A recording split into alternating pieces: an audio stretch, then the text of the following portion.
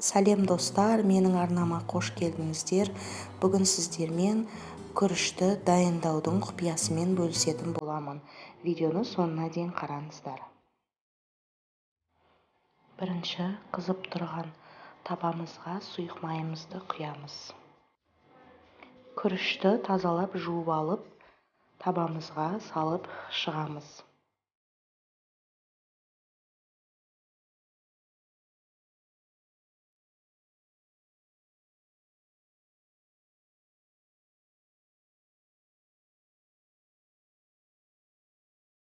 Осылай видеодағыдай күрішімізді күрекшемен қозғап тұрамыз, аралары бір-біріне жабысып қалмау үшін.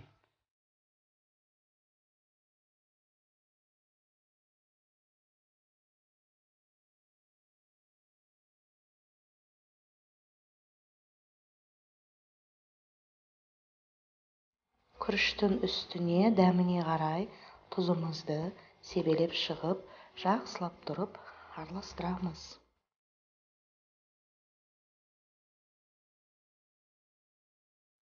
Қайнап тұрған ыстық суымызды құйып шығамыз. Күріштің үстінен 1 сантиметр суымыз асып тұру қажет. Сосын жақсылап қозғап, бетін крышкасымен жауып қоямыз. Асты баяу отта болу қажет. Шұжығымызды суға қайнатып аламыз.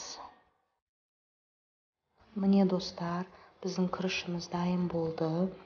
Өте біркелкі болып шықты, езілмеген, 20-25 минутта пісіп шықты.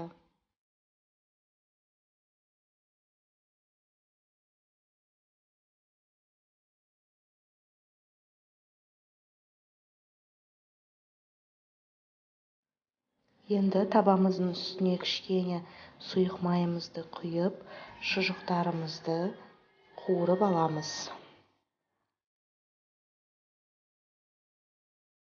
Міне достар, біздің күрішіміз, шұжықтарымыз дайын болды. Әсемдеу үшін қызанақпен жасыл желенімізді қойып шықтым. Отбасыларыңызға жасап беруге кеңес беремін. Астарыңыз дәмді болсын. Келесі жүздескенше.